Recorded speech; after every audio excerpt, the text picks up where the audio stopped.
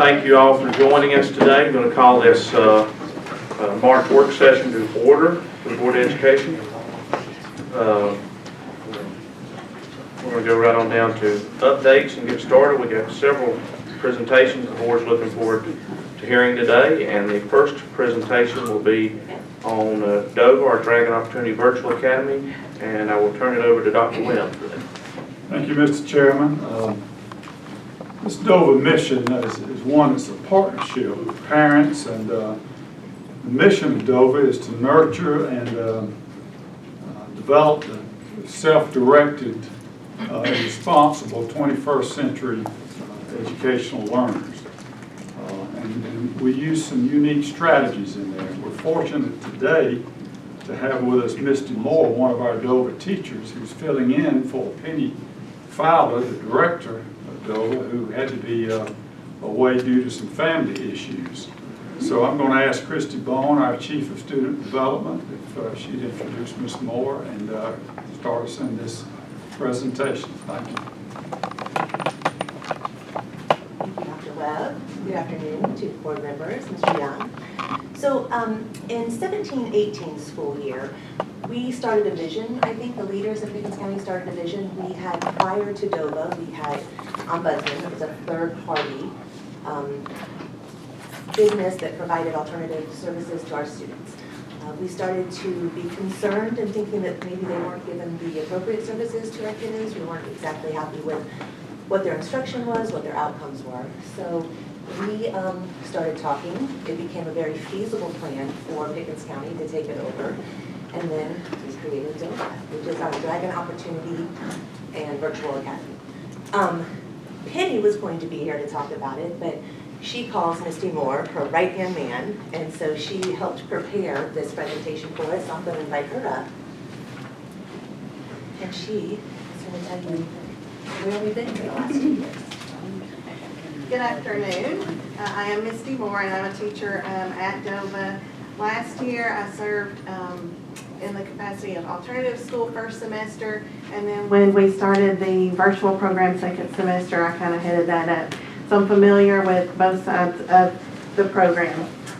For this school year, well, first of all, we do have the two sides of the program. So we have the alternative program, which is students who have received disciplinary action. And then we have the virtual program for students who choose a different route. And we do have students who take one course, and sometimes that's in addition to their full load at the high school. And then we do have students who are there for multiple courses and some full time. Now, with our current enrollment, we are down with our numbers a little bit this school year thus far. Right now, we only have 12 students in our alternative program. 3 of those are from the middle school, and then 9 of those are from the high school. And they are there for a variety of offenses, mostly from drug charges, use, including vapes, and then fighting, battery charges.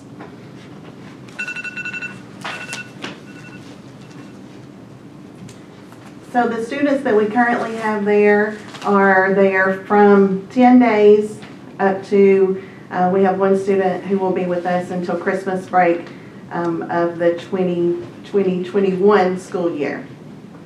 So we do have students who are there for any time in between. So for students who are given that opportunity placement from 10 to 45 days, and then those who are serving a tribunal placement that are there for a semester or longer.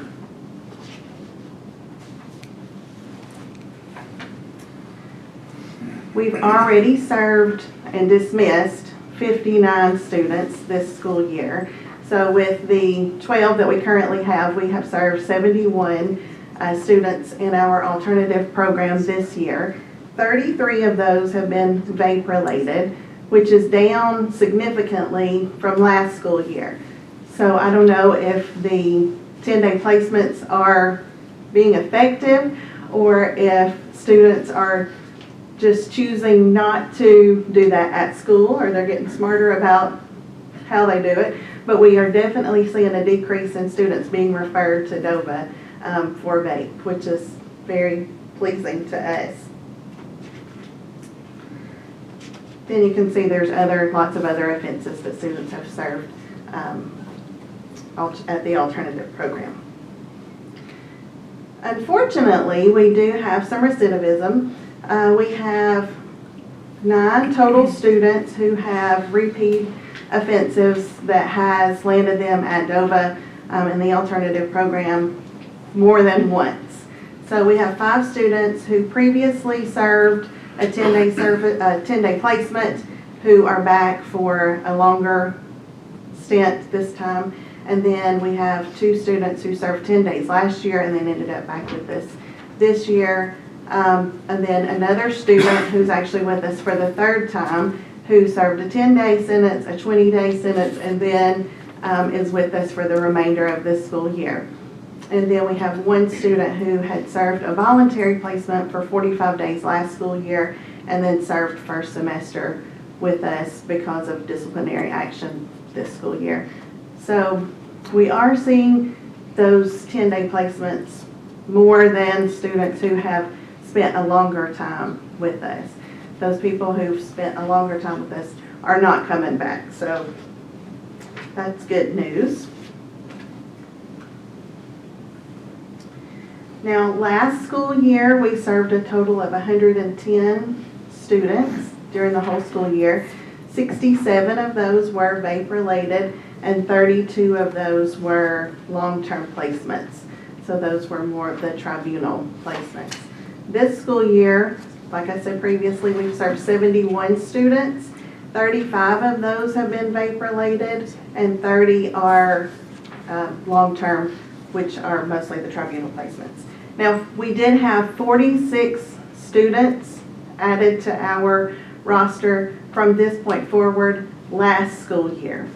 So if we have those 46 students added this school year, like we did last year, we will have about the same number of students this year versus last year. But if we continue to see that decrease in the vape referrals, we probably won't have as many students this year.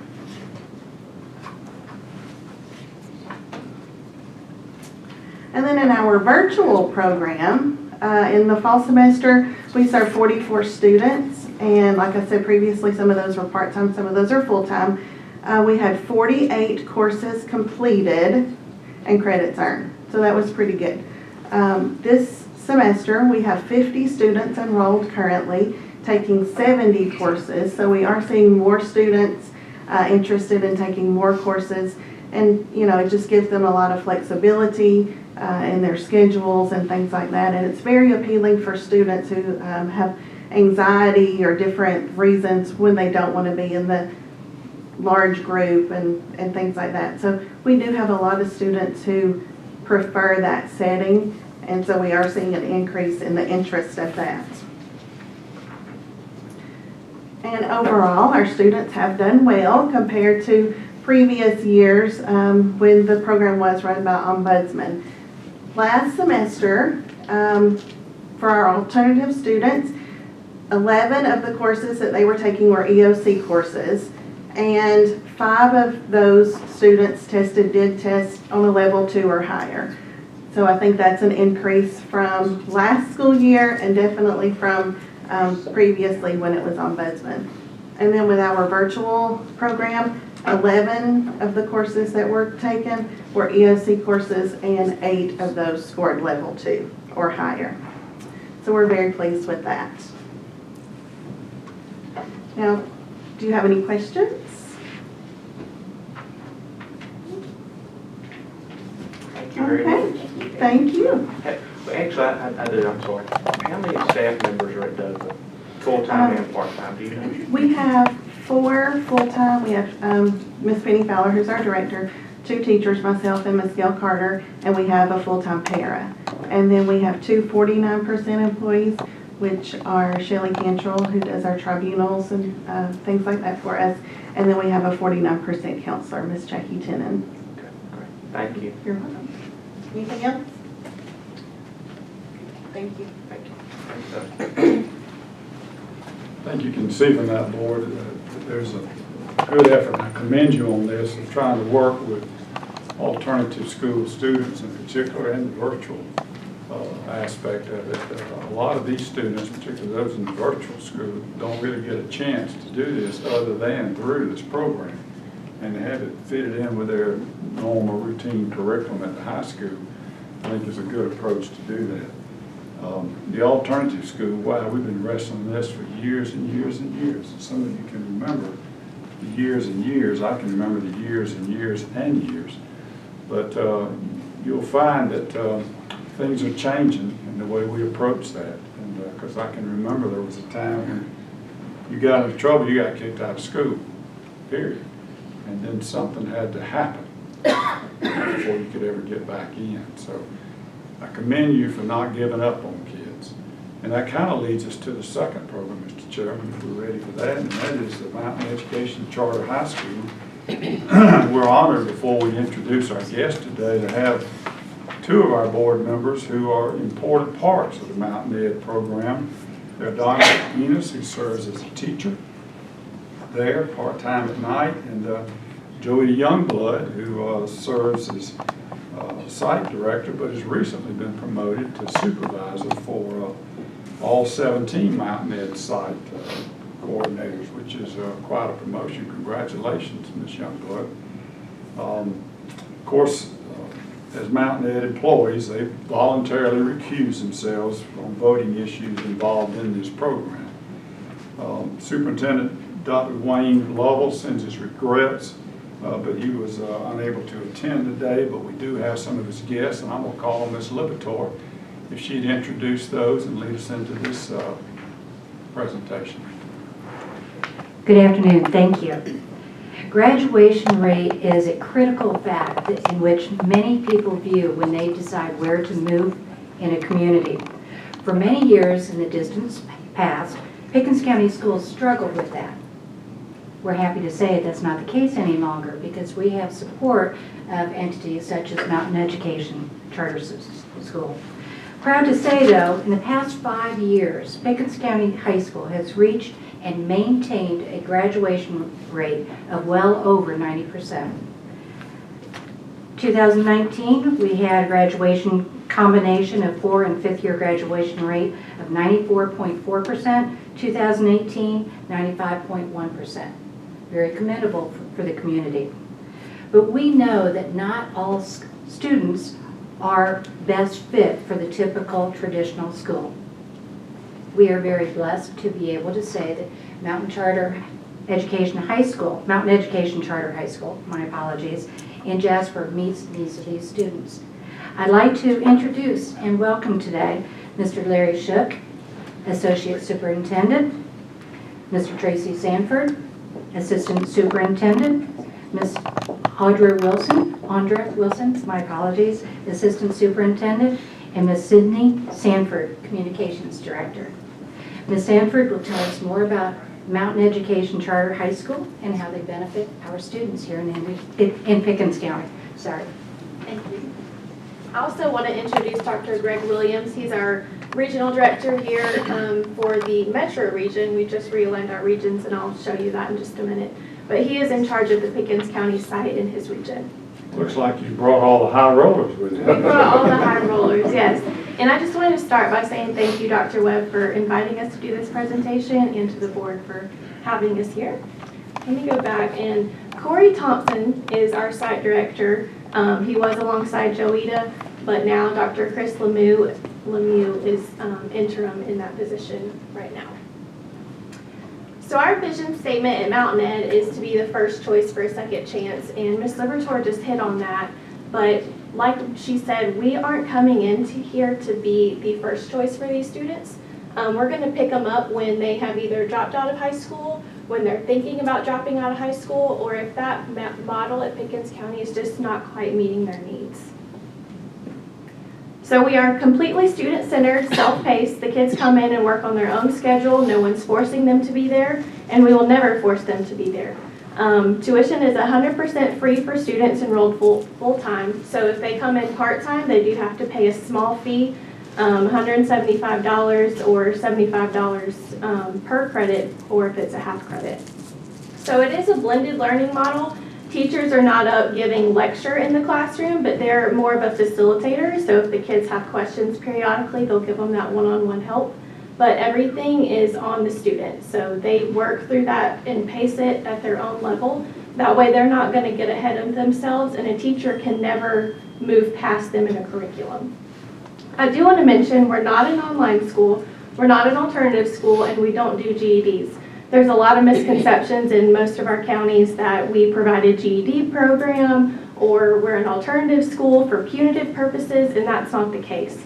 We're an alternative option, and we will be that second option in the county to provide a high school diploma, but they get a high school diploma. And it is accredited. We're accredited through Advanced Ed and the NCAA, so they can take those credits anywhere to any college. A little bit about the kind of students that we're serving. We serve the full spectrum. So you'll see a full array, the full gamut of students when you're walking in and seeing our classrooms. Like I said, we have the kids that have dropped out of high school. We have the kids that may need to just come to us, catch up, and then take those credits back to Pickens County and graduate with their peers. We have the kids that work a full-time job, whether they need to provide for grandparents, parents, maybe they've started a family of their own. You name it, we're probably serving it at Pickens County. Very few of our students come to us because they figured out that they can work at their own pace. They get ahead of everybody else. They can graduate a little bit quicker ahead of their class. But that is very minimal. Very few students do that because most of those type students want to be the valedictorian. They're going to stay at Pickens County. We've really hit hard on dual enrollment lately, where kids can come in, work on college credits while they're getting their high school credits, and then they take that on to college and they're ahead of their cohort when they begin. This is our footprint. We have been around for 27 years, but not necessarily in Pickens County. So we didn't open in Pickens County until August of 2010. Lately, we have opened a Chattooga site over touching in Alabama. That opened back in November. We plan to open Cherokee County this summer in June of 2020. With that, we've graduated over 4,000 students across our 27-year footprint. In Pickens County, we've graduated 325 to date.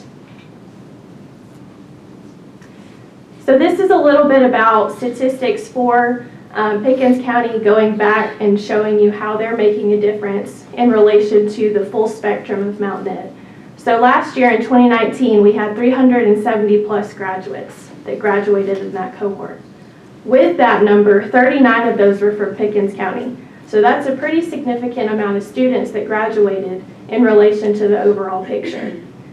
I want to talk about our average yearly enrollment a little bit. We're serving right at 4,000 students on a yearly basis.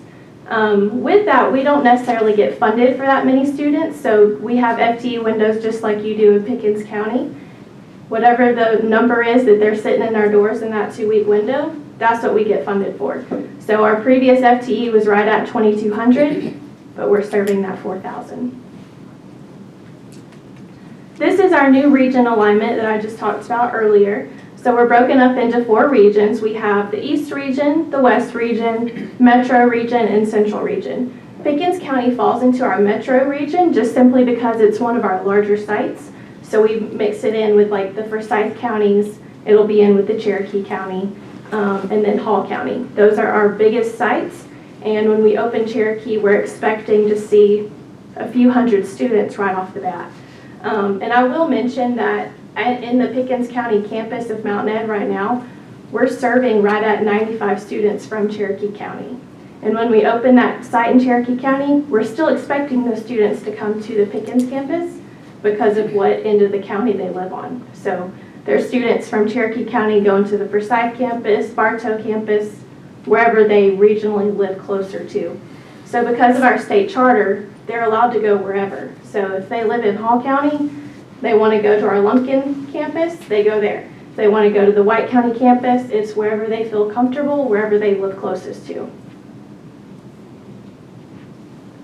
This is a little bit about our unique scheduling. So we do have a year-round calendar. We don't stop in the summer. We do honor your local county calendar though, so we honor your spring break and we'll be on spring break. We honor your fall breaks, what have you. But we do not stop in the summertime. The kids can go year round. So with that, it's rolling enrollment. They can enroll at any time throughout the year. We are only Monday through Thursday from 4 to 9 in the evenings. That's the only hours that we serve. With that, we're committed to your local school system. So we are a partner, we're a collaborative partner. We're never here to be in competition with you. And we're here because Pickens County invited us to be a Mountain Ed site in your county. So we will always be here and until you say, hey, we don't want you anymore. But we hope that never happens. So with that, we offer credit recovery. So when you need credit recovery for Pickens County, we're here to offer that to your service as well. A little bit more about our collaboration. Tracy Sanford is here. He's in charge of our operations and he can speak to this if I miss anything. But with our collaboration, we pay maintenance and operation money because we don't own any of our facilities. In 2019, we opened a Pickens annex to our central office. So we moved some people over here to work out of the west side of the region because we had such a large footprint, we needed somewhere else for people to work out of. So we've committed $175,000 for those facility renovations. Pickens County Schools committed $100,000 to repair the roof. And then every year we provide $50,000 to each of our sites for maintenance and operations. A little bit about our student services. We believe that this is what sets us apart from any other school system. Each kid that walks in our doors is assigned a mentor, and that mentor meets with them on a weekly basis. They make contact with parents on a monthly basis and just keep up with what's going on academically, but what's going on personally as well, and they really meet the needs of the whole child. With that, we offer counseling, work-based learning, career plans, college field trips, workplace field trips. We really give them the full spectrum of what to expect when they leave us. Our meal plan is totally different than any school system you're probably thinking of. We chose to opt out of the National School Lunch Program because we are eating at nighttime. So with the National School Lunch Program, we were eating leftovers from day school that had been cooked that morning, and it was cold by the time it got to Mountain Ed. The kids weren't eating it. For most of our students, it's the only meal that they're eating that day. So we had to do something to ensure that every kid was eating when they come to us. So we partner with local restaurants, anybody that's willing to feed our students really, pay them out of our budget, and they eat every night, whether it's Chick-fil-A, Taco Bell, local, Speed Burger, you name it, we're going to serve it. Graduation is also different. This past year, we used to have regional graduation, so a few sites, 5 or 6 would graduate at one time. This past year, we wanted to show them how big of a system we were because the kids didn't quite grasp the understanding. So we did one big graduation at the University of North Georgia. All 300 students graduated together in one location. And with that, even though we are 17 campuses, we're one school. So we have one valedictorian, just as Pickens County would have one valedictorian. And then I've provided you a folder that has impact studies. In that folder is a little bit full spectrum statistics of how the site is performing. It's up on top. It'll show you that there's 325 graduates to date for Pickens County Mountain Ed. It'll show you how many salary dollars are going back into your community. It also shows you a snapshot of who's working for Pickens Mountain Ed. So how many of your teachers at Pickens County Schools are also working at Mountain Ed for a part-time job? How many of our staff live in Pickens County versus other counties? It's just a good economic snapshot of how Mountain Ed impacts your community. So if you just look through that, if there's any questions, I'll be glad to answer those. And then lastly, our contact information. This is specifically for the Pickens site, but all of us are from the central office. We all have business cards. We'll be glad to provide those. But our website is full spectrum, so it'll answer any questions that you have. You can always give people that and provide those resources. We're also on social media if you want to follow us. We'll provide success stories, and we feature a lot of Pickens students in those success stories. All right, is there any questions? Nope, thank you. Thank you too. It's a very informative explanation of the program. I remember 3 years ago when I had the privilege of serving in the same capacity here, I was just awed at the 92, 93% graduation rate. And once I got in here and found out the success that y'all had, how that meant to us really made a difference in the school system. And also the alternatives that you provide students. As you explained, Sydney, some students just can't get away from home or need jobs during the normal day, and by being able to go to night school enables them to finish and graduate. So we've got all of our principals here, and I'll tell you that every one of them want to see every child that enters the first grade graduate.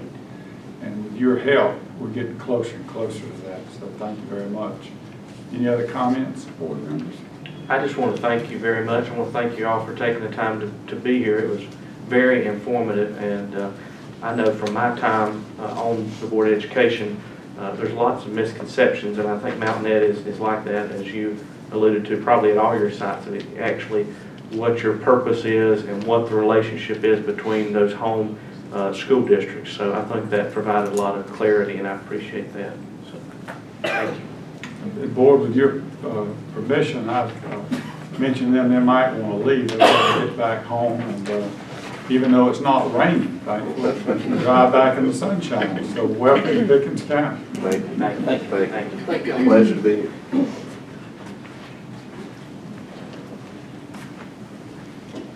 Mr. Chairman, Board, next on our presentation list is programs about the pandemic plans for the coronavirus, COVID-19. I want you to know that we're implementing initiatives and have been now for some time to protect our students and employees from contracting the coronavirus disease in our schools and our work sites. Joining us today to provide you with some updates on those plans are our newly employed Health Services Director, Gail Smith, and our Community Engagement Director, Destiny Show. Ladies. Good afternoon, Board, Dr. Webb, Dr. Young, and friends. I'm really delighted that the Board is taking interest in this public health emergency, public health concern. And so what I hope to do today is provide you an overview of coronavirus and explain where we are now and what is next. Also today with us, we have a couple of external partners with us from the Department of Public Health. We have Dr. Zachary Taylor, who is the medical director at the district level. And then we have Lena Mashburn, who is the local manager. So I'm going to provide a little bit of information, then Ms. Shope will talk, then we will open it up for question and answer. At the beginning of the question and answer, Dr. Taylor and Lena Mashburn will come up, say a few words, and then we want to spend the majority of the time giving you an opportunity to ask questions, because if you're like many of the who are in the community, there are lots of questions we want to help address. So the coronavirus, well, let me first say this, that the information that I am sharing with you is information that is provided, is the most current information available. This is an emerging and rapidly evolving situation. The coronavirus is a family of viruses. And although coronaviruses are not new, one family member, COVID-19, is a new member. The reason that that is a problem and poses a problem to us is that as humans, we have not yet developed immunity against this new strain of virus. Some coronaviruses cause mild cold-like symptoms, but COVID is believed to be like its family members, SARS and MERS, which you may have heard of. They are similar to SARS and MERS in that it is transmitted between animals and humans. So who is at risk? 2% of the people who have contracted this virus are children. That's a small percentage. Older people and people with underlying health conditions seem to be at greater risk, just like many of the other viruses that are in existence. The common signs of infection include respiratory symptoms. Fever, cough, shortness of breath are the primary symptoms that we're seeing. However, in more severe cases, we are seeing infection that causes pneumonia, severe respiratory syndrome, kidney failure, and life-threatening condition. You will sometimes see further symptoms, but the ones that I've mentioned are the most primary symptoms of the infection. They are very similar to flu-like symptoms. The testing for COVID was being performed by CDC. Just this week, tests are now made available to the Department of Public Health. At this time, any positive confirmed test that is being shown through DPH's test, Department of Public Health, they are sending it to the CDC's, the Center for Disease Control, their laboratory test to be confirmed. Commercial labs are working to develop their own tests. We will be exploring this. So how is this illness spread? Mainly through person to person. It can be contracted between people who are in close contact with one another and also through respiratory droplets, meaning that when a person coughs or sneezes, it's in the air. Another thing about this virus is that it is very hardy, and they stay together longer than most viruses, so it can live even on surfaces. That'll be important when we go to address some of the strategies that we're implementing. So how do we prevent the spread of infection? The standard recommendation is to prevent the spread of this virus by practicing everyday preventative measures. This is not something new for us. It is just something that we are reinforcing. Proper hand hygiene. If you're sick, stay home. Cover your cough or sneeze with a tissue and make sure you dispose of it. And also, I think it's important to mention that this particular virus is not just transmitted person to person, but animal to human. And so some of the strategies that we're implementing, and including in our education, is to ensuring that meat is properly cooked and eggs. So CDC provides travel notices for travelers and for clinicians. You may have seen that there are different warning levels, level 3, 2, and 1. Level 3 means that is a warning stage, and those are the countries, the international countries where there's limited travel.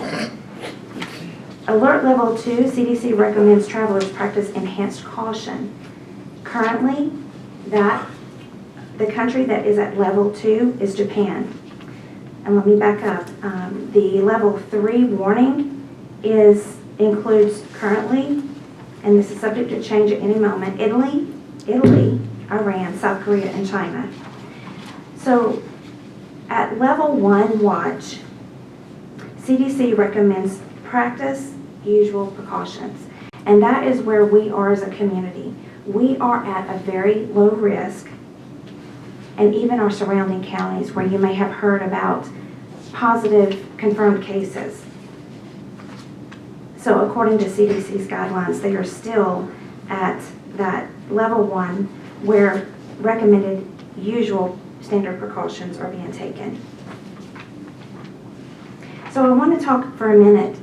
I've not been moving the PowerPoint forward, you guys, but that's okay. This is a little picture of what the virus is. The reason I want to bring your attention to this is that the virus itself, I've been asked the question, what does corona mean? Well, it simply means crown, and it has to do with the image that epidemiologists are seeing. So you can see a picture there of those crown-like features. And then it explains on the right here the different types. You can have respiratory symptoms, gastrointestinal symptoms, and then also it alludes to the two related viruses, SARS and MERS that I mentioned. I want to really point out here in this slide the fact that even though that this virus is alive and real and we are facing this and it's of concern, I am so pleased to announce that we have strong building blocks in place in this community to address this concern. So we have an existing safety plan that actually includes, and Bishop, if you'd like to hand out, oh, you already have the handouts, right? We already have an existing safety plan that includes a plan for common infectious illnesses. That is something we're building on. In just a second, I'll talk about strategies and what we're doing further to enhance that plan. We have valuable collaborations with local, district, and state partners. And we also have a very strong team of internal professionals that are working together. We have developed a task force that is a pandemic planning committee, and we are working diligently to address and prepare and educate.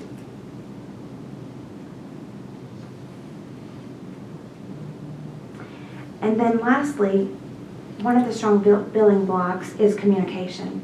And right now I want to invite Miss Destiny Shope up because she plays a very big and instrumental part of this strength that we have in fighting this concern.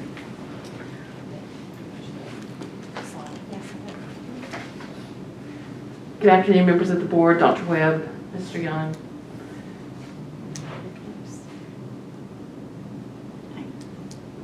There you go.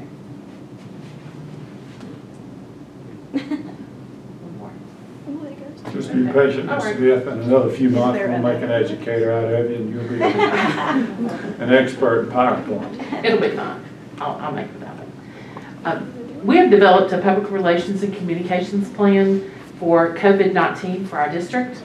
You have some of that information in front of you today, and we will go through that in just a moment. The goal for developing the plan was to reduce the fear for families, students, and staff within our community by providing education and sharing up-to-date, credible information regarding COVID-19. Credible being an important key word. We want to make sure that the information we are providing is accurate and as up-to-date as possible. And as Ms. Smith said, this is always evolving and changing. I believe the plan that we have will allow us to accomplish this goal. First, consideration was given as to who our audience would be, and obviously, it's our entire community. Students, staff, families, and other stakeholders. We must all be knowledgeable and informed. Implementing our communication plan must be done strategically. The right messages need to get to the right people, and the consistent message is that our primary concern is for the health and safety of our students, staff, and community.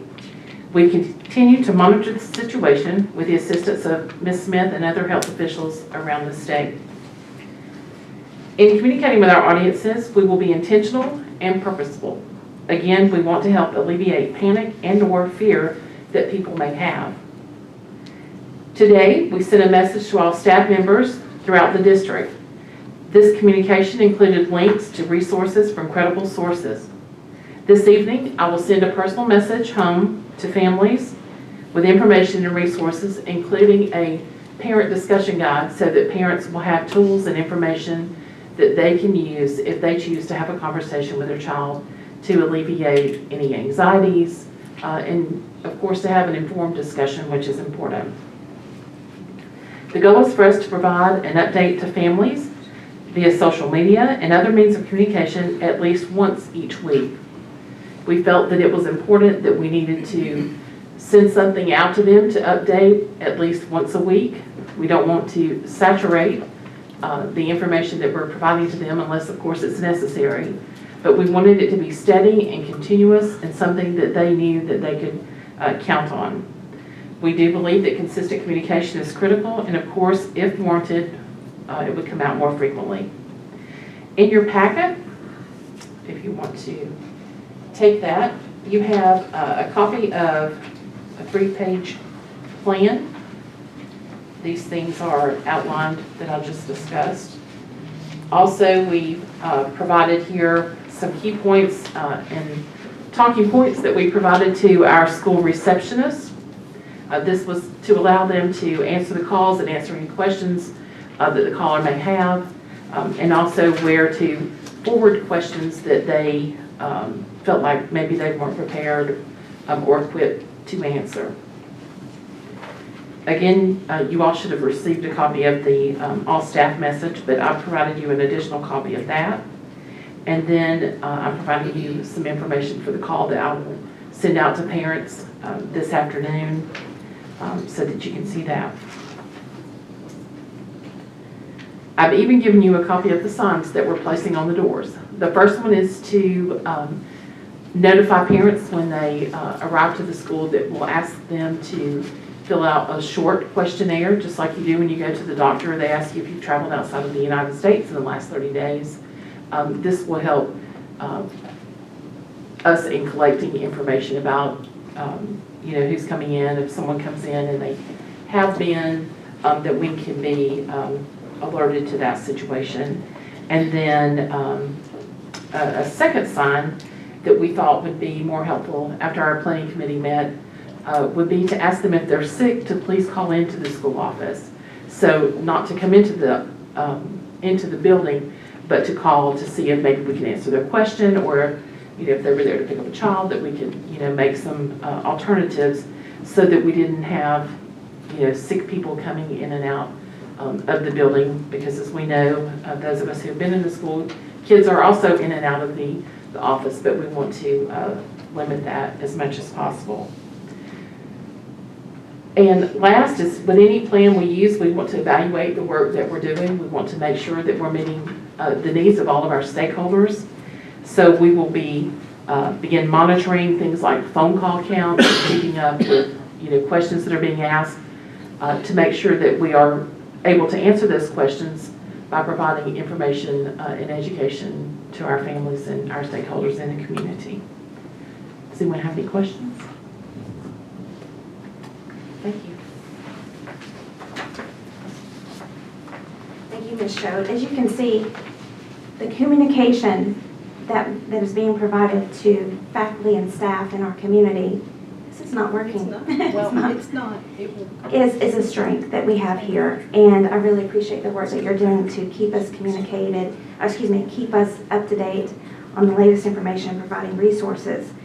Also, part of that strong building blocks that's going to provide children a safe and healthy environment to be able to learn is not our relationships with our external partners. And so I do want to let you know that we will be receiving advisement from the Department of Public Health, just like we do with any other infectious disease or illness that's in our schools, like hand, foot, mouth disease. And so it's not anything new. It is reinforcing what we already are doing and making sure that we have the things that we need in proper order. So I mentioned earlier the task force that is put together to put together a well-written and detailed plan. And the communication tools, steps that Ms. Schode mentioned will be a part of that plan. Some of the strategies of that plan I want to quickly highlight with you. It will be extensive, and you will be provided that once the task force finishes finalizing that plan. Some of them are just making sure that we are reinforcing our everyday common practices of proper hand washing, so ensuring that the school has the proper cleaning supplies.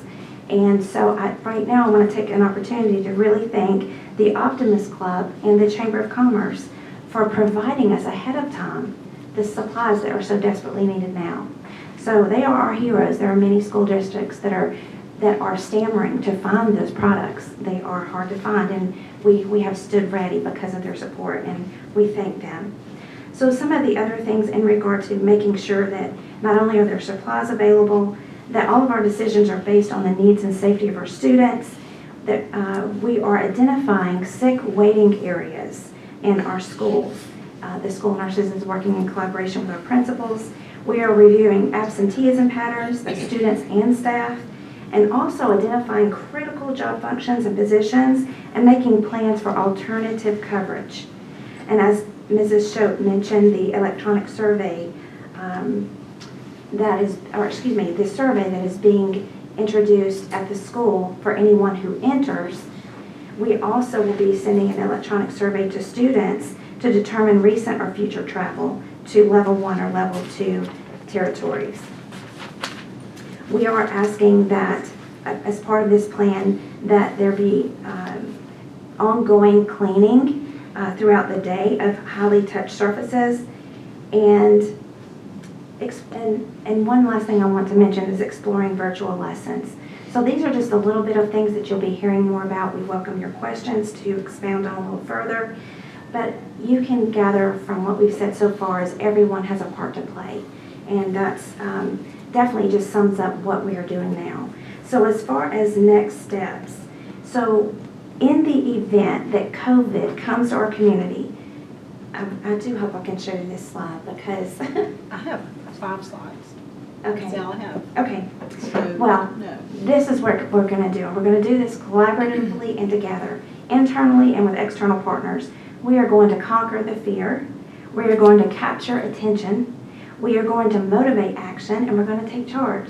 So we stand ready if that virus were to come to our community. And this is how we're going to do it. We are going to activate our emergency response plans.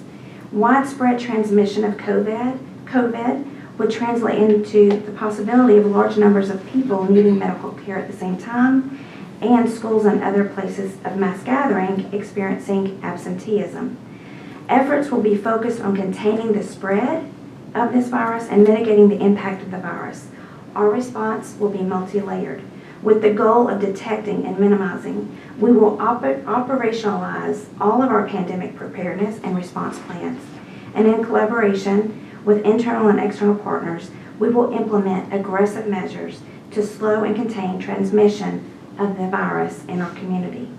Let me just reiterate, at the current time, this virus is not in our community, and we are at a very low level of concern and alarm. We are in flu season, so we are already practicing healthy habits. Taking preventative actions like we will be against this virus, and we are, will stop the spread of any germ and keep all of us healthy and our students most especially healthy so they are ready to learn.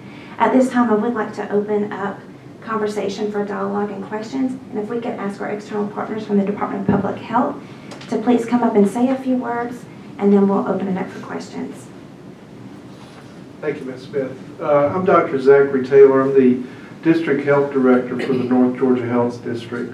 So that district office is actually in Dalton, and our district covers the counties of Whitfield, Murray, Fannin, Gilmer, Pickens, and Cherokee counties. So in each of those counties, we have a health department, and if you haven't met her before, I'd like to introduce you to Lena Mashburn.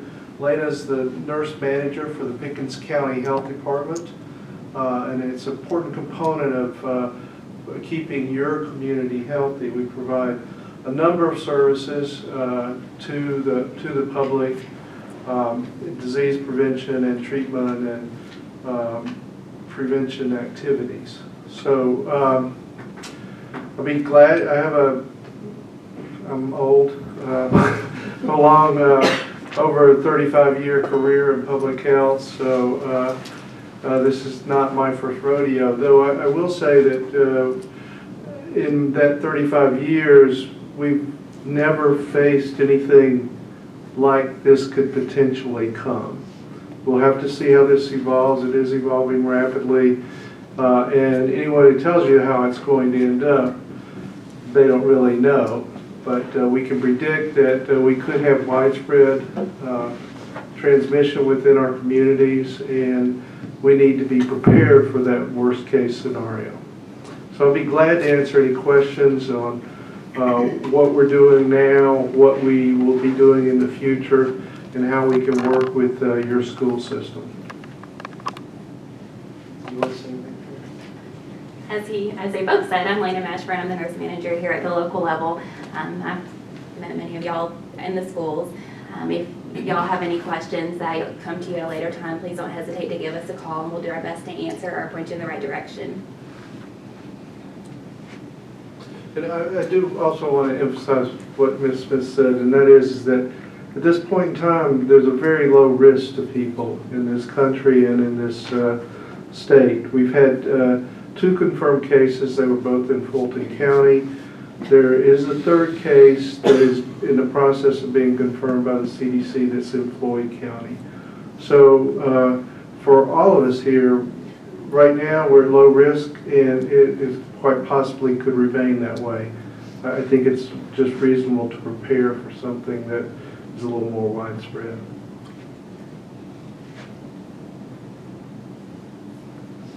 This is a good time. You've probably got several calls already, because I know I have, and probably our principals have. So board members, if there are any questions that someone has asked you that maybe hasn't been answered today, it'd be a good time to ask it. And I've listened to some of the questions, and I scratch my head and wonder, where in the world did that come from?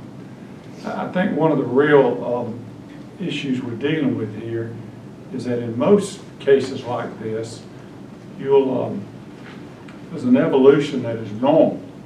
So you can kind of be prepared for it and have certain expectations. In this case, as Dr. Taylor said, we aren't sure what this continuum is going to be like. And so we're preparing for the worst, and hopefully it won't be the type of thing this nation experienced in 1918, 1917. But if it is, we don't want to be caught flat-footed at that point. So we're doing everything we can. We welcome suggestions and ideas. We're completely open-minded to that.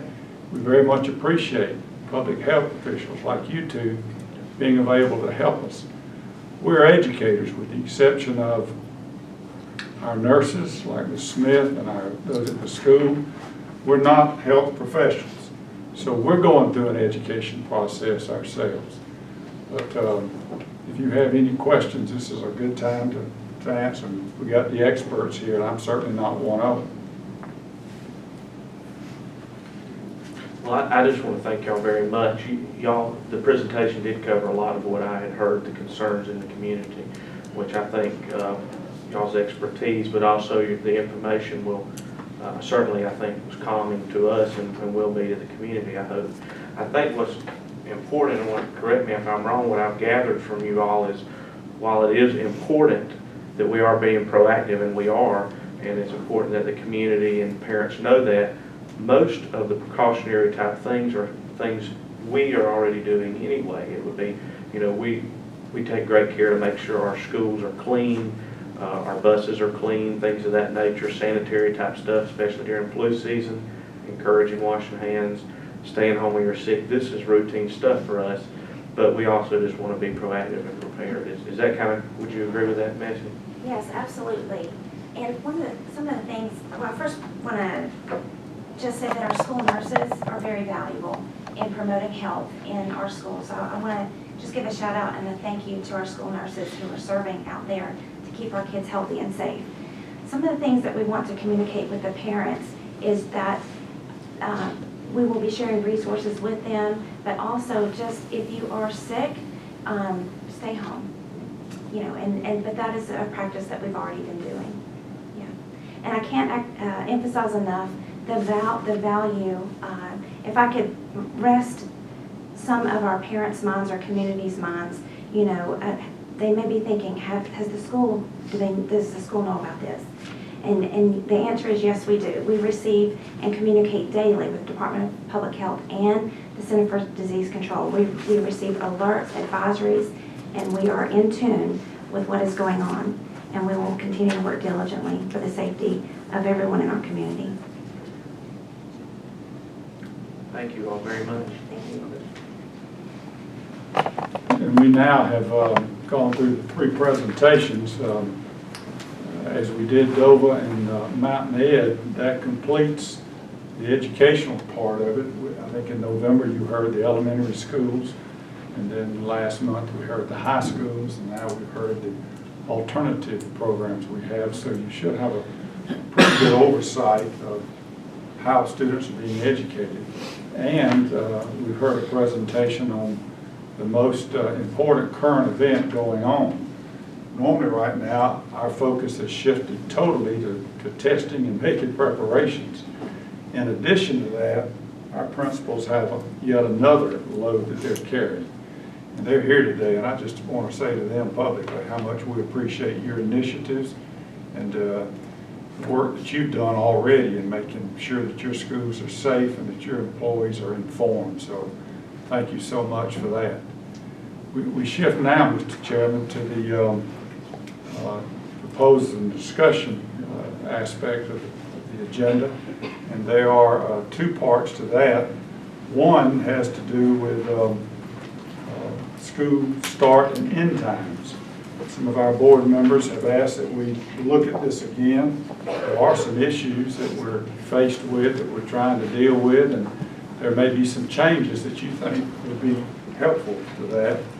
There's been a lot of work done on this issue since last fall. And because of that, I've asked our Assistant Superintendent, Tony Young, to provide you with some options for you to consider about start and end times. Of course, no action will be taken today, as this presentation is for your information. And while also giving you the opportunity at a work session to ask questions and discuss among yourselves the needs for any possible changes. Mr. Young? I think Dr. Webb is passing out. There's a handout there. I'd like for the principals, if they would, come on up and sit on the front row so that you can answer some questions. We've got Ginger and Stacy here as well from transportation. Martha will get my power gun. I'm just kidding. I'm just messing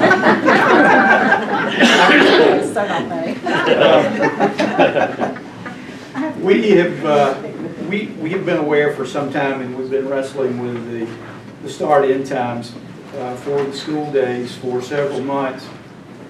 Dr. Webb, myself, Ms. Smith, Mr. Gillen, and Mr. Grimmett, and all of our administrators have met a couple of times actually to try to come up with for the board some different options and also some positive and negatives that go with those. And that's what this handout, this is by no means an exhaustive handout.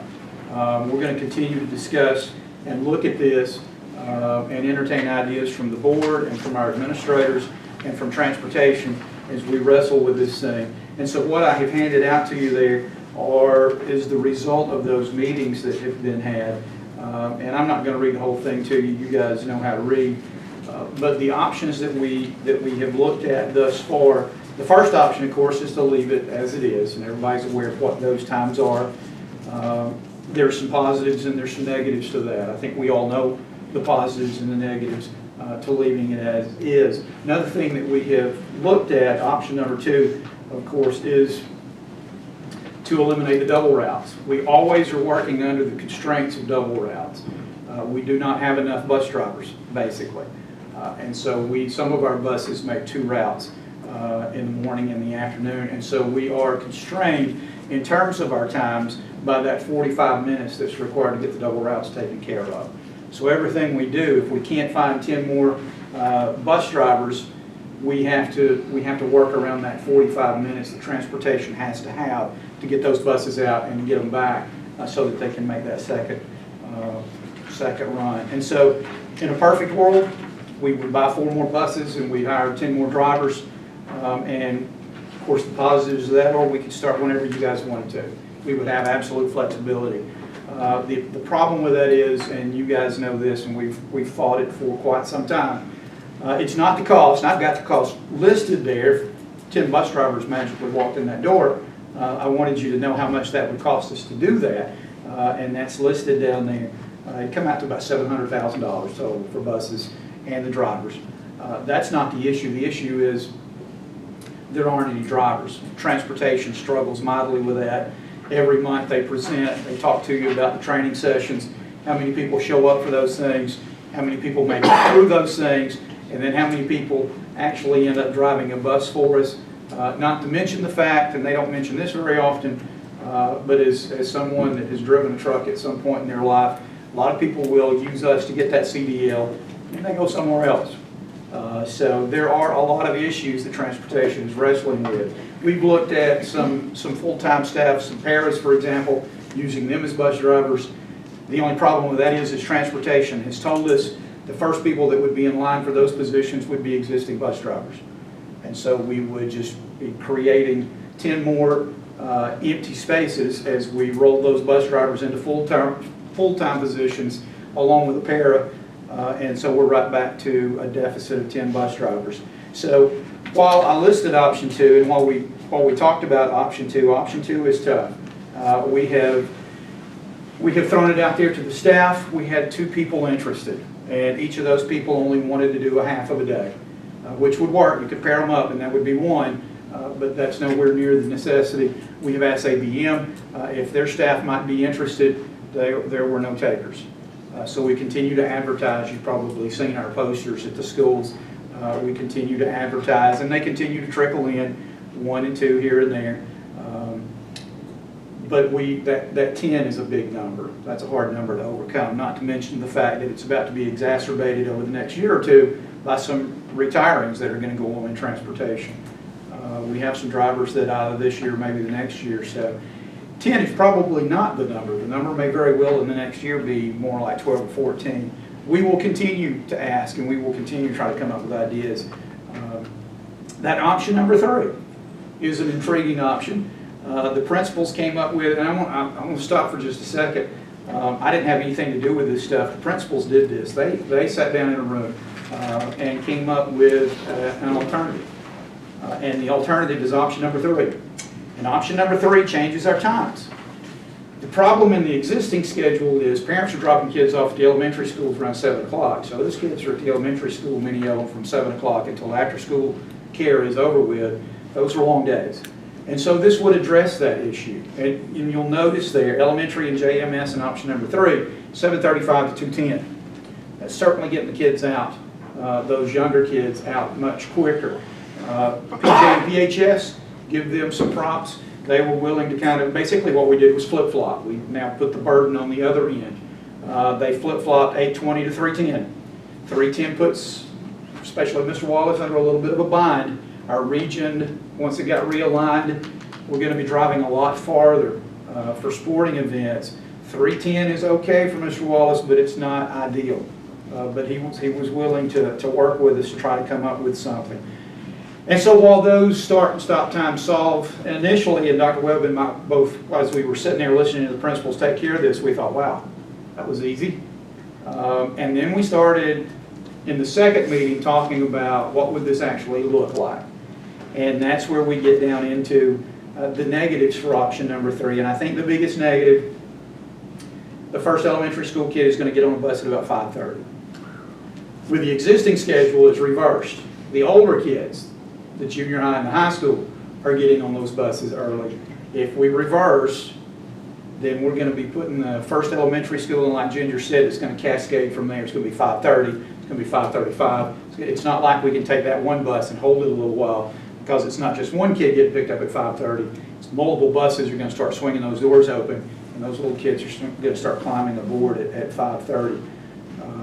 There are some other negatives, of course, to try to make this work. Not only did Mr. Wallace and Mr. Flack compromise for us, but the elementary schools and Corey compromised as well, in that they're going to have to give up a little bit of instructional time and some recess time to squeeze that day down so that we can get those kids out of there at a time that's more suitable. The high school bell schedule. Chat Tech's already set their schedule. They're already working on their master schedule. They have conformed their bell schedule to where we are now. If we change, there will be some scheduling issues with our dual enrollment kids. That's something we can overcome. It'll take some work, and it won't happen immediately. There will be a delay to that, so there will be some pain there as we work through that first semester probably. We can ultimately overcome that one maybe if we can get Chat Tech to agree to change their schedule. But I guess I just used a lot of words to tell you there's not an easy answer. I wish I could tell you that we were able to come up with a simple, easy solution that would help you guys. I've sat in your seat. I know your pain. I know when those phone calls come, and sometimes you are in a difficult situation when there's not a good answer. And for this one right now, as long as we run double routes, there's just not a good answer. We even got wild and crazy and looked at combining K-12, which has a lot of negatives to it, but we were trying to give the board all the options we could possibly give. Like transportation said, we're still transporting the same number of kids. That's not the issue. The issue is we need 10 additional buses or 10 additional drivers to put all of our kids on a bus at the same time at every school. So we continue to be open to ideas. We will continue. The principals are way better at it than I am. They will continue to work with this and try to come up with a possible answer. We will entertain any ideas that the board has moving forward as we work with this thing. But that is, at this point, that's what we have. But if you have any questions, we have the experts sitting right there, and we have the people that can tell you what your questions will look like in a real day at a real school. So if any of you want to ask any questions or have any ideas that you want to throw out there at this point, please do. Dr. Webb? Thank you, Mr. Young. And I think you see the dilemma. Of course, you already recognize that. I mean, you saw that time and time. And we're not the only school system that deals with this issue. But the extended elementary day is a real challenge for not only the students there, but also the teachers there. And it restricts the time for those elementary principals to have meetings and other type activities that at some of the other schools are a little easier. But at this point, option 3 there is the only one that we've been able to come up with, and it's pretty much a reversal of that. So this is being a work session. It's a good time for the board to go to work and give us some ideas if you have some. How much is elementary time currently? I know that probably differs for y'all. What did I say? Recess time?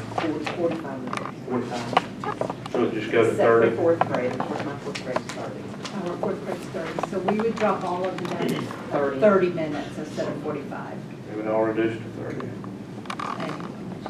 And then we would have to cut 15 minutes of instruction, and we had talked about that could come off from the science social studies block. How much is that currently? 45. 45.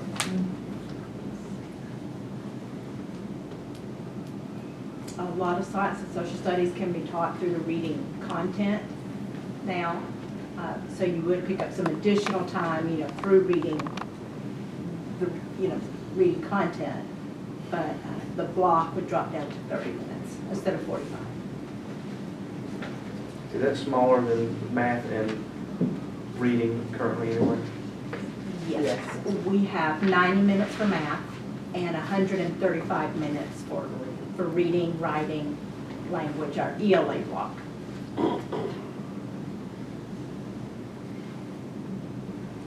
I know I heard from a lot of elementary teachers wanting their old times back, but I look at it from a high school perspective, and I know that where we are now is good for the high school because we have so many kids in extracurricular. But I also feel the pain for those elementary teachers and the situations too. And I mean, I wish that there was a good solution, but I mean, I feel like that y'all really know more about what you need. I mean, y'all are the ones that really know, and then y'all are the ones that are going to have to work it out, I guess. But I mean, I personally think, I would lean on your recommendations as far as what we need to do. I mean, as a teacher, I like getting in there and get out of there, but, I know I've got to work with a lot of different things. So. I too have gotten a lot of phone calls from teachers, and I'm very sympathetic to their concerns. I'm with them, that's great. I just don't like option number 3. I don't want any child, I don't care how old they are, to be picked up at 5:30 in the morning. I don't want to be picked up at 5:30 in the morning. Why would I want a child to be picked up at 5:30? I hate to cut out any time from recess. We need those kids to get out and get all that energy out so they can focus in the classroom. And I don't want to cut instruction time either. I am very concerned about the bell schedule not matching with Chattahoochee Tech. I think that's real important. And as a former middle school teacher, I'm concerned as well with the kids that leave and have to drive a far piece to go to their athletic things after school. My students quite often would be missing their last block. And that's not good. That just really isn't good. And while I hate to have it the way it is, and I know that that's not ideal, I'm not sure that I'm for option 3 at all, but I'm quite, like Ms. Messina's, I'm more than willing to listen to you all. If there's something y'all feel strongly about, think that something could work, I'm with you. I'll listen and do what I can. That's just how I feel about it. What grade do we start testing science and social studies? Fifth grade. So this would really only be more of an impact for your school, wouldn't it? I guess as far as potentially for reducing science and social studies. Right. Well, just as they come in. Now, of course, the standards build upon each other, and we have some things in place where, with our 5th grade, the kids are more mature than they are in the elementary school. And we do still at Jasper Middle School provide recess to both 5th and 6th grade. So we would be looking at 30 minutes per day now, as well as 2 42.5-minute connections classes. So what we would be looking at reducing would be that recess time to probably about 20 minutes, and then the connections about 5 minutes. So 2 40 minutes, but that would still give us the option to provide 2 connection classes to them. And as far as the instructional block for us, because we do have that 30-minute recess as well as the 2 connections, the impact for instruction is not as severe, not as much of an impact as elementary, but it might, reduce us a little bit across the board. So you're thinking you might not have to reduce science and social studies? At my school? Yes. No, sir. You would say from recess and connections? Correct. Mr. Chairman, I know we have some employees here who are that might not have been involved in this discussion in this meeting. We have a few community members. Could we just take questions from the audience too as well? As a point of I just don't know if order, that's okay or not. we can, but we would need a motion and a second and favorable vote to go to a committee of the whole. At that point, we could do that if that's what you wish to do. I'm perfectly fine. Any staff member is absolutely more than welcome to ask any questions. You just won't let community members ask questions? This is not the time or place, and that hasn't been placed on the agenda. But Dr. Webb said that we could if we had a motion. Is that a point of reason right now? Do we have that issue? I'm trying to discuss with principals a work session with the board that's on the agenda right now. I don't know why we're interrupting that for a hypothetical. Now, as I was saying, so you're looking at recess and connections, and 5th grade it begins the testing on science and social studies.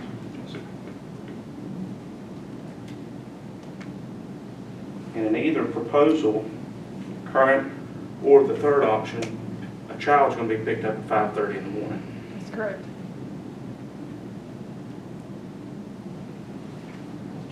I'm sorry, but you're talking about a 5-year-old.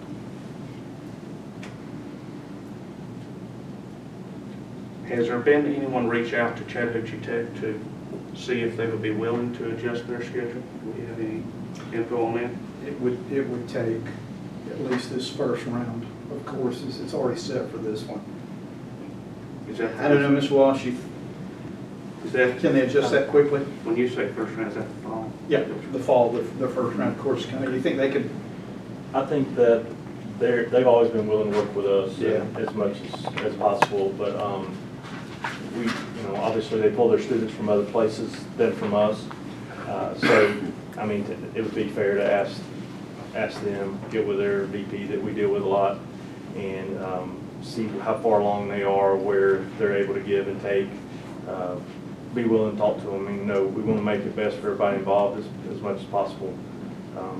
My preference is, of course, the same as we all have the same preference, try to start as early as possible and get the school day done and for different reasons. But we can reach out to them and see and report back to you, as a board.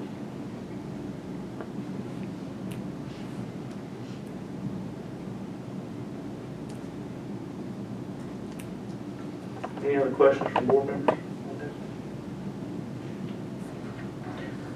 Ms. Halco, yes, please. If there's just something that also that at the elementary school that we would like for y'all just to of course, think about.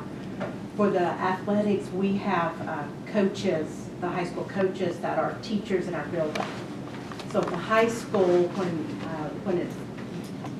if the time changes, the students, at the high school students, they would not be missing, their classes as much. But then the elementary school students, they end up missing their teacher because the teacher has to leave to go coach the high school students. So, or to go coach the high school athletes. So that's just something that we ran into this time, is that then we're scrambling trying to pull parapros or divide our children out because their teacher, who is a coach, has to leave. I had 3 at my building this year. I have 6. So that it impacts a lot of elementary school students also by the leaving early. So, I know you're just swapping one, so it's just something else to consider. It is good to know, thank you. Could I say something in Please. addition to that? I was actually about to say, anything y'all want us to know or add, please do. So I see that we could probably work together and help that situation regardless of when we end, through the principals. For instance, if it's an assistant coach, not a head coach, we send the head coach on, the assistant coach has to catch up because usually it's travel time, bus takes a little longer to get there, we get the kids there early enough to warm up. Maybe they can do it without their full coaching staff in the travel situation. If it's a head coach there, maybe an assistant at our school can go there. Obviously, we love to have all our high school coaches on staff, but that's virtually impossible to do. We can't do that. It just never works out. But I appreciate the work of all of these people sitting next to me here have always been helpful in helping that happen, and I understand that burden.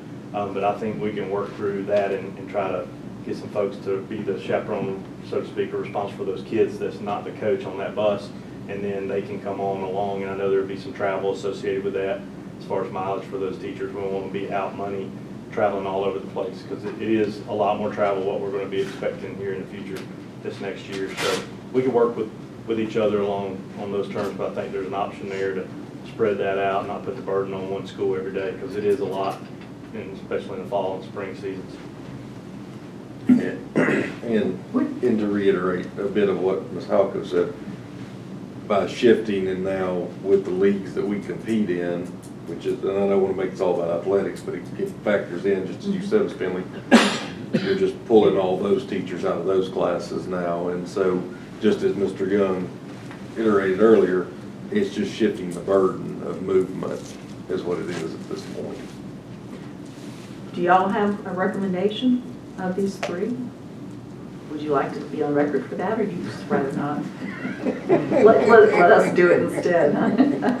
Let me say that item 3 is the one that they came up with, basically. So we started out because they're the ones working with everyone and dealing with the students more so. So I think this has been, and correct me if I'm wrong, from the start, it's been a grassroots, bottom up, let's address the problems.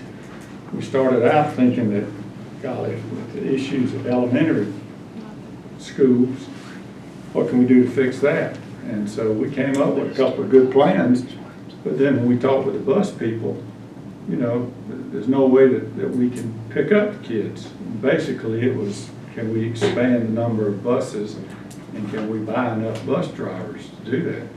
And we've looked at all kinds of ways. I know Mr. Smith and I have talked on several occasions about who out there in the community might want to do something like this.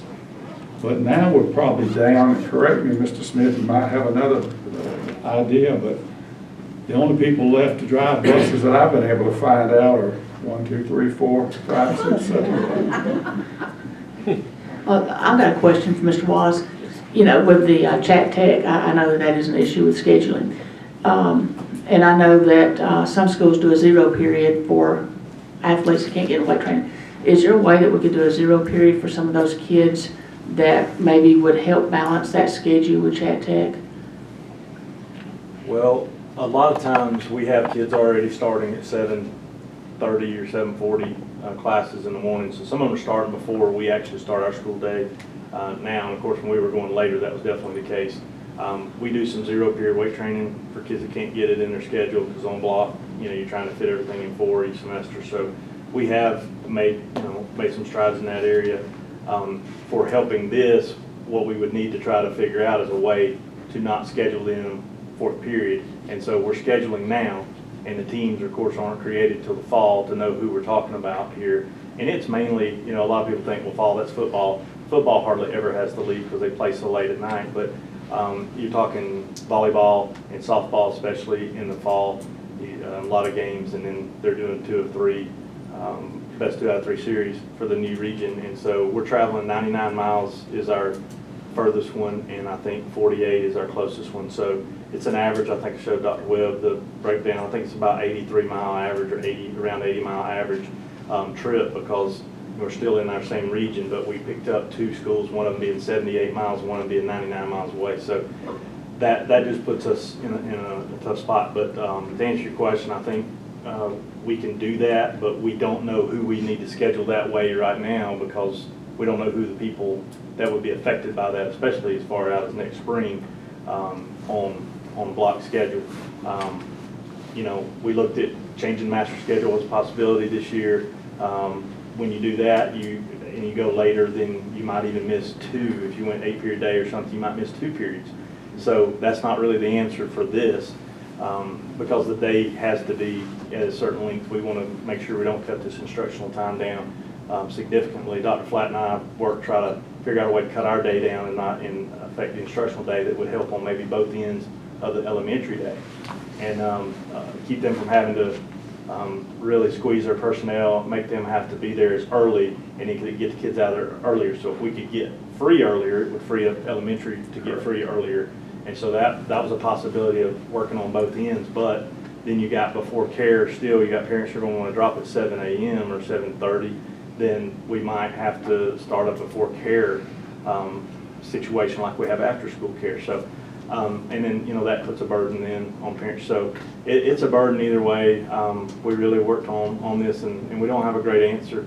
Transportation's been great. They just told us what they needed to be able to accomplish what they have to accomplish, and it's basically an hour difference morning, an hour difference afternoon, and for drop-off times and pickup. That's where it becomes tough for us to figure out how to squeeze it all in, and try not to make young kids or anybody have 8, 9+ hour days in the school, because we got to get the faculty to take care of them, somebody to be in charge of them during all those times. So I don't know. I don't know how to make that work. But if you take athletics out of it and you're just talking about Chat Tech and us and our schedule, I guess my question is Chat Tech starting at 7:30 or 8 o'clock? Is that what we're talking about? Yeah, they start real close to our schedule now at 7:45. Okay, can we do a 0 period for those kids, for the Chat Tech kids? You see what I'm saying? So that's. But you're talking about if we went to a first block being much later. No, I'm just talking about for those kids. I mean, is there some way we can adjust those kids' schedule that, I think it's a credit issue that you start running into. We got to show for FTE, and Patrick may be able to help us with this, but you see what she's saying, Patrick, about making sure they still get their 4 credits every semester, and we still gain FTE for that. But you're saying try to create that 0 period so they would end earlier in the day. I only think that would work if they started earlier. In other words, if they went 0 period, let's say at 7:30 and end at 9, our first period wouldn't start till 9, so they'd go 0, 1, 2, 3. But if our first period starts at 8 o'clock or 8:10, then that 0 period is going to hit, and then they're going to be off cycle in sequence. I see what you're saying, but I think we would have to. That would only work if the 0 period was a full period before we got to that. Now their periods aren't as long. So, but they got travel time to get back to school. Correct. Too, so. And we're close, and it's convenient. So, but not everybody goes to Chat Tech either. So let's remember that. Dual enrollment's open to any of these schools. So, of course, they're going to try to conform, make it work with our school, and that's where the majority of our kids go. for the academic and the vocational side. So they're the ones that, you know, we obviously initially think of. Helping them being in our back door helps as far as that goes. But we want to we don't want to make a decision that limits the kids on this, you know, on this option either from that standpoint, because we got a lot of kids taking part in that, and it's a successful program. But I know it's tough. I mean, I empathize with elementary. I've been at that level, know how that works as well.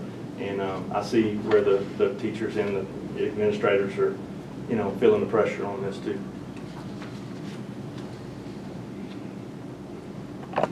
Is there anything else y'all would want us to know or take into consideration?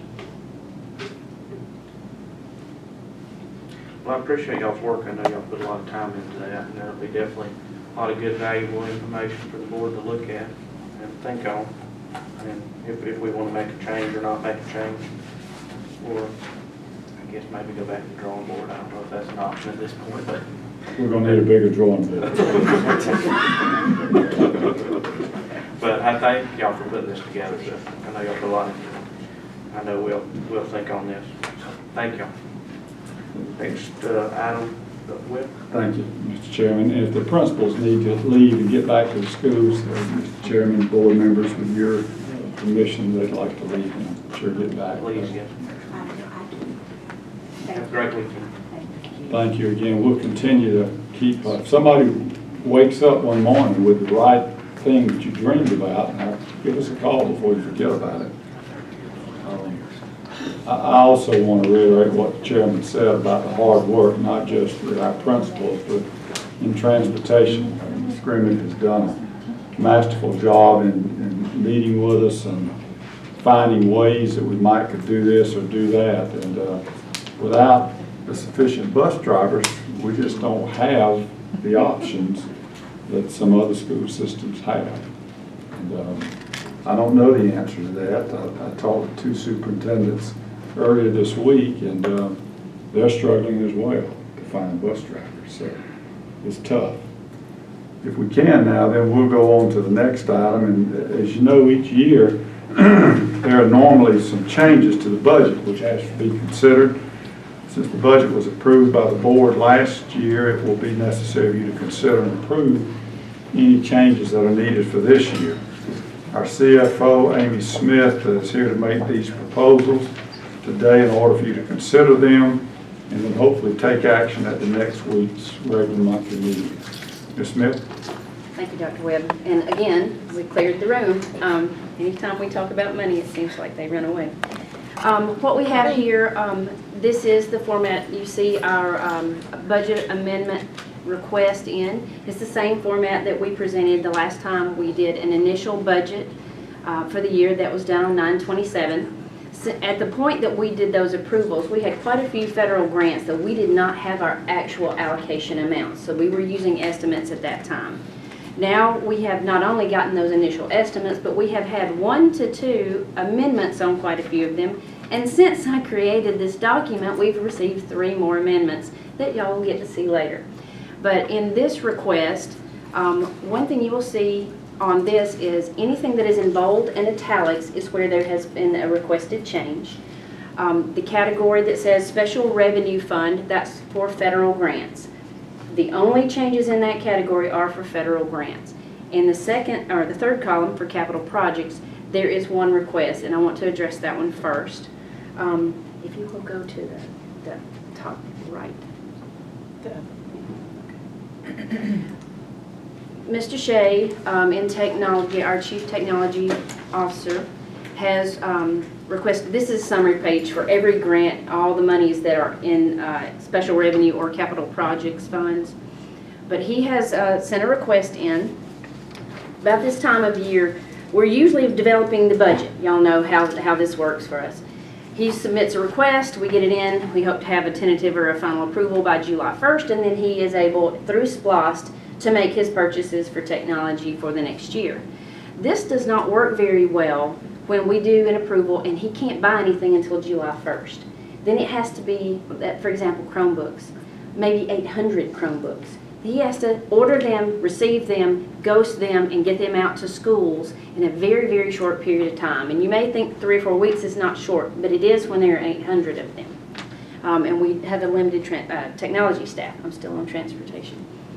So he has sent in a request to increase his current technology SPLOS budget from $500,000, and we have spent almost all of that, by $200,000 to purchase approximately 800 additional Chromebooks and other items necessary to ensure our network integrity as we go into FY21. The Chromebooks are twofold. One is for the upcoming freshmen, and if it's possible to get these in their hands prior to them leaving 8th grade, this is something we consider positive, and that is the request on the table, is that we're able to get them to them sooner so that during the summer, if they're in certain classes, they can go ahead and begin using them. The other thing is to turnover. We need to do a lot of replacements with the Chromebooks throughout the year. So it's approximately 800. But if we wait till July 1st, it is just impossible to get the order in. It takes 2 to 3 weeks to get the Chromebooks, and everyone else in Georgia is ordering them across, not just Georgia, but the nation. We are concerned that we will not get them in time. So he would like to request an additional $200,000 in SPLOST technology funds so that we may prepare for next year. There are also testing changes next year, and we want to have everything ready, working, everything's lined up for next year's testing windows. Do y'all have questions? Because Mr. Shea is here, and if it's more techie than I can get, I will have to call on him. Sounds very proactive. The July 1 date, it's just very difficult, and that is true of several items, but this one in particular, we do want to be ahead of the game on this and be ready when school starts. If I may, we also are looking as part of the PPC, the Pandemic Planning Committee. If we do we do have a reason to call off school for whatever reason, this would give us a fleet. We have plenty of Chromebook. We want to make sure that we're in a position where if we're going to approach a digital learning environment, that digital learning environment is ready to go. 9-12, we're ready for that. We're weak in the areas of, below that. So we want to make sure that those students have a device that is compatible with what we're going to ask them to do as we look forward to this. And that's coming, as we heard from Ms. Smith, Ms. Shope. So please just keep that in mind as well. Any other questions? Okay. The other items that we have 7 grants that have had amendments since our initial budget approval. And I know this is very tiny print, but this is in eBoard for your review. Title I, 6B, Federal Preschool, Perkins, this is CTAE, Perkins Program Improvement, CTAE Reserve, Title II, and Title IV all have significant changes from our initial allotment. And so if you'll flip, I'm going to just show one of them. If you'll flip. Okay. There are lots of attachments on eBoard. I'm not going to go through each and every one of them, but I want you to have access to them so you can go, not that one. One of the others. Go to the fourth one. Okay, sorry. There you go. 1, 2, 3, 4. Yeah. This is just an example. There are a multitude of attachments. I have every grant that we're asking for an amendment for, what it is, what is budgeted, and these are just the expenditures. You'll see there are changes in revenue. If the expenditures change, the revenue changes too. So what you're seeing in each one of these attachments is the requested expenditures that have already been approved at the state level. Like I said, in the past couple of days, we've received 3 more amendments. We have 2 grants that are getting less than $300 each, and one that's about $19,000, but we'll bring them back at a later date. But this is a lot of detail. I didn't want to go through each and every grant, but here it is for you in eBoard. It is also, this has to be put in the Georgia Department of Education consolidated application. There are lots of requirements and red tape we go through. We enter it, we submit it for approval, and these have all already been submitted and approved by GDOE.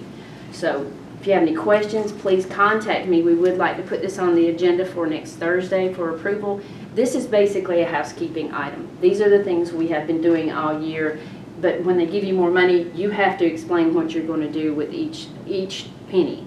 So this is what this covers. We also have lots of rules by the end of the year when we come to the end of the grant and do our grant completion report.